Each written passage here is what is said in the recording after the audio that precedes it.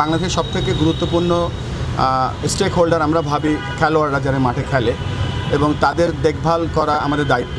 এবং দায়িত্বের মধ্যে বোঝাচ্ছি যে নট অনলি ইন্স্যুরেন্স, মেডিকেল, আমরা তাদের পারফরমেন্স শুধুমাত্র মাঠে কোচরা যে স্কিলটা ডেভেলপ করে সেটাই অল অ্যাবাউট না। এখানে যেমন আমরা জিজ্ঞেস করছি লজিস্টিক এবং যে অ্যাটায়ার, যেমন পিচ কন্ডিশন, প্র্যাকটিস ফেসিলিটিস, তারপরে মেডিকেল, তারপরে তাদের ওভারঅল সাপোর্ট আমরা কতটুকু করতে পারছি। তারা তাদের মনের কথা মন খুলে লিখেছে, সাজেশন দিয়েছে সকলে, এবং সেখান থেকে আমরা জানতে পেরেছি যে আমরা আসলে কোথাও অবস্থান করছি। সেই অবস্থানটা আমরা যখন জেনে গিয়েছি সেই অনুযায়ী আমরা কাজ করছি। ইন্টারেস্টিং ব্যাপার হচ্ছে যে আমাদের যে এজেন্ডা ছিল, এজেন্ডার বাইরে থেকেও প্লেয়াররা লাফিয়ে এসে তারা মাইক হাতে নিয়ে কথা বলছিল, তাদের মনের কথাগুলো প্রকাশ করছিল। এটাই হচ্ছে সবথেকে আনন্দের ব্যাপার, এবং মনে হচ্ছিল যে আমরা সকলে একটা টিম, এবং একটা টিম আমরা একসাথে কাজ করলে যে আমরা কত সামনে এগিয়ে যেতে পারবো তার একটা বড় প্রতিচ্ছবি আজকে দেখতে পেয়েছি। আমরা যে খেলোয়াড় তো মাঠে খেলে, কিন্তু আমরা তাদেরকে কতটুকু সাহায্য করছি এবং সেই সাহায্য করার জন্য এই মুহূর্তে কতটুকু গ্যাপ আছে, ওই গ্যাপটা আমরা কবে আবার কীভাবে আমরা পূরণ করবো যাতে আমাদের প্লেয়াররা নিশ্চিন্তে ভালো মাঠে খেলতে পারে। এবং আমরা আজকে ডিসিশন নিয়েছি যে আমরা প্রত্যেক 3 মাস পর এরকম একটা সেশন করব, এবং আমাদের পার্টে যে খেলার জায়গাটা আছে, মানে ইমপ্রুভমেন্টের জায়গাগুলো আছে, সেগুলো আমরা কিভাবে তাদেরকে হেল্প করব ওভারকাম করে, সে ব্যাপারে আলোচনা। প্লেয়ারদের সাথে যেটা আলোচনা হয়েছে, আমরা কীভাবে আরও পারফরমেন্স বেটার করতে পারি, পারফরমেন্স এনহ্যান্স করতে পারি।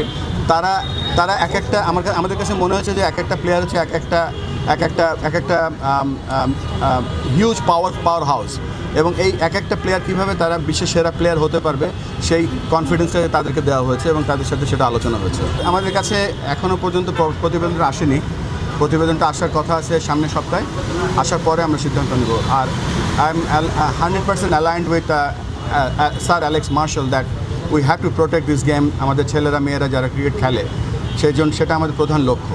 এবং এখানে আপনারা জানেন আমাদের চার্টার আছে, সেখানে ক্রিকেট ইন্টিগ্রেটেড এডুকেশন রেখেছি। সারা দেশের যত ক্রিকেটার খেলবে, যত ক্রিকেটের যারা অফিসিয়ালস আছে সবাইকে আমরা এডুকেশনটাও সাথে দেবো, সো দ্যাট তারা জানে এবং জানবে যে বাংলাদেশের ল, ইসলামিক ল, রিলিজিয়াস ল, ভ্যালুজ সব কিছু মিলিয়ে আমরা চেষ্টা করব যে এই খেলাটাকে কীভাবে আরও সুন্দর করে প্রোটেক্ট করা যায়। অবশ্যই আলোচনায় এসছে আজকে, যেহেতু আমরা ফিক্সড কোশ্চেন পাঠিয়েছিলাম জরিপের জন্য, সেটার মধ্যেই ছিলাম, বাট তারপরেও বেশ কিছু আমাদের ইম্পর্টেন্ট সিনিয়র প্লেয়াররা ডোমেস্টিক ক্রিকেট নিয়ে বলেছে, এবং বিপিএল খেলতে তারা যে বিকেএসপিতে যায় সেটা সমাধানের কথা বলেছে, আমরা সেটা শুনেছি, এবং রেসপেক্টিভ যেই ডিরেক্টর আছে তারা উত্তরও দিয়েছে।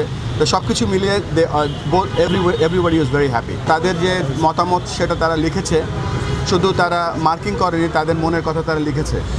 সবথেকে ভালো লেগেছে যে লেখার পরেও আজকে তারা ফিজিক্যালি আজকে যখন উপস্থিত ছিল এখানে, তাদের যে সমস্যাগুলো আছে সেগুলো শেয়ার করেছে, তাদের সাকসেস যেগুলো আছে তারা সেগুলো শেয়ার করেছে, এবং তারা এটাও বলেছে যে আমরা যেই লেভেলে সাপোর্ট পাচ্ছি বাংলাদেশ ক্রিকেট বোর্ড থেকে সেটা আমরা হ্যাপি, এবং আরও কিছু জায়গা আছে যেইগুলোতে আমাদের ইমপ্রুভমেন্টস এরিয়াস আছে।